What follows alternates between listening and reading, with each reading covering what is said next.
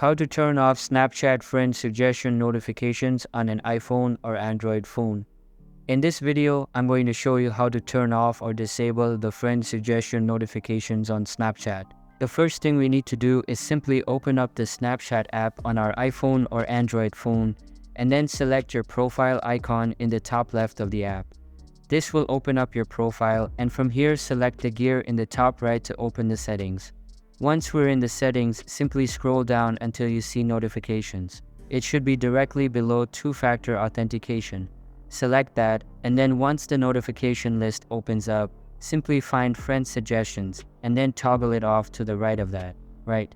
So that's how you turn off Snapchat friend suggestion notifications on an iPhone or an Android phone. That's it for today. If this video helps you, give it a thumbs up and please consider subscribing to my channel. Thank you so much for watching.